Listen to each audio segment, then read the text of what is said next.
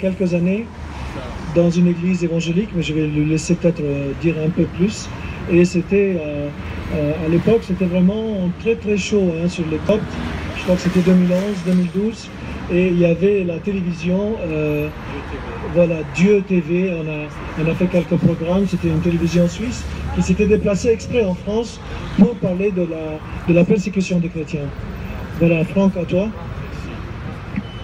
Merci Jean, bonjour à tous et à toutes. Effectivement, beaucoup de choses ont déjà été dites. Mon cœur et mes pensées, mes prières, ça va d'abord pour les gens qui sont en souffrance aujourd'hui parce qu'ils ont perdu un être cher et on est loin parce qu'on est en France et puis peut-être vous avez de la famille qui ont été touchés, mais j'essaye de me mettre à la place de quelqu'un qui a perdu un être cher. Même si on a l'espoir de la résurrection, c'est extrêmement douloureux de perdre un être cher. Donc la première chose que j'aimerais dire, c'est de penser aux gens qui souffrent de ça, parce qu'il faut à ce moment-là garder notre cœur. Parce que notre cœur à ce moment-là est faillible, effectivement, la haine peut venir ou la vengeance.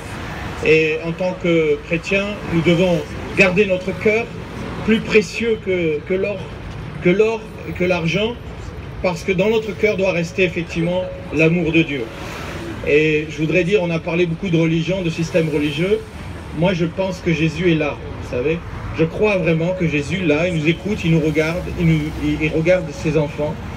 Et je suis d'accord, en tant que croyant et pasteur, la Bible me montre qu'en fait, on vient tous d'une souche commune, Adam et Ève. Et en fait, même aujourd'hui, les généticiens ont démontré qu'il n'y a plus une histoire de race. On m'a enseigné quand j'étais petit, il y a les blancs, les noirs, les jaunes. Ça, c'est pas vrai. Parce que bibliquement, on descend tous d'Adam et Ève. Et les généticiens aujourd'hui ont démontré qu'effectivement, l'origine de l'homme viendrait d'un couple originel. Donc si on regarde comment Dieu a créé le monde, il a créé le monde pour que les gens vivent ensemble et s'aiment et s'entraident et ne pas s'entretuer.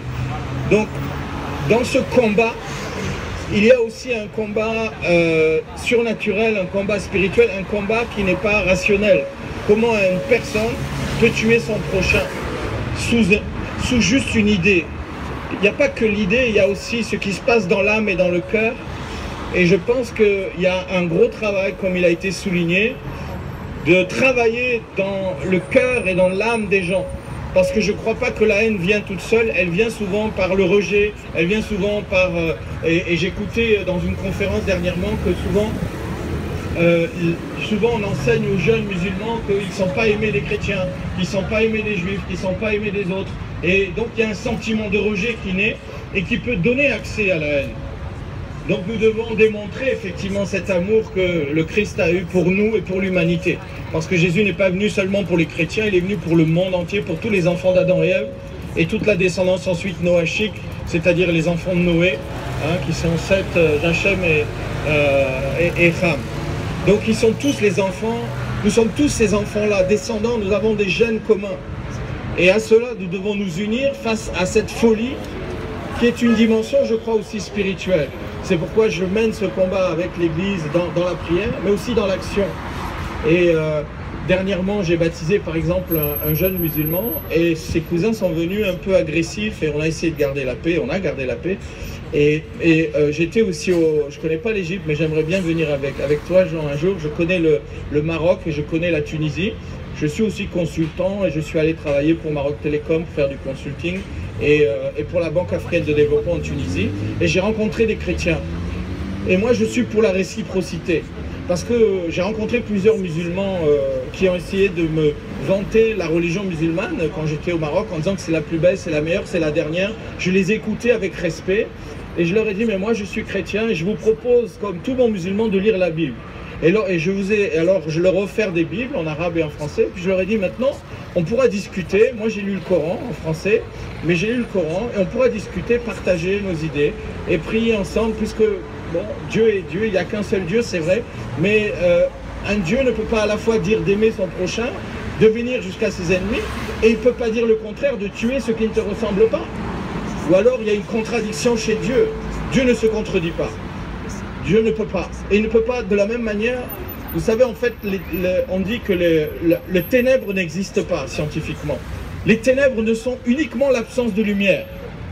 Donc si l'Église, nous sommes la lumière du monde, alors brillons pour que là où il y a les ténèbres, elle n'ait pas de place, parce qu'en réalité, elle n'existe pas scientifiquement. C'est juste l'absence de lumière.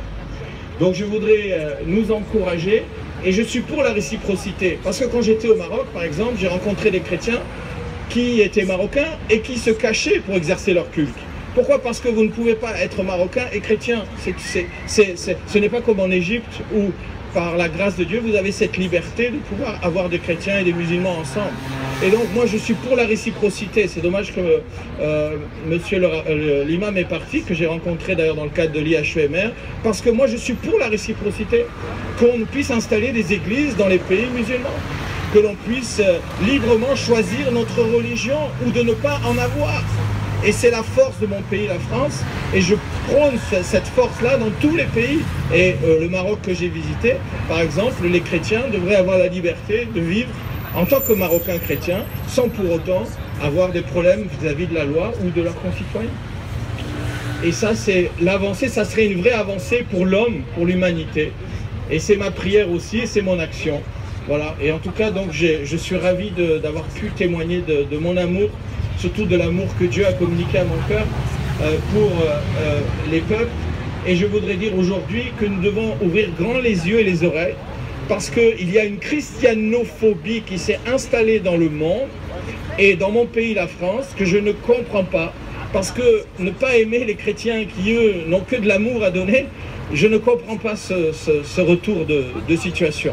Et j'aimerais, c'est dommage qu'aussi monsieur le sénateur soit parti, que l'on reconnaisse enfin que la France a des racines judéo-chrétiennes qui acceptent les autres religions et les personnes athées, tout à fait, c'est pas un problème, mais nos racines, elles sont là, et nous devons en être fiers, parce que si la France est ce pays de liberté, c'est parce que justement, elle a des racines judéo-chrétiennes.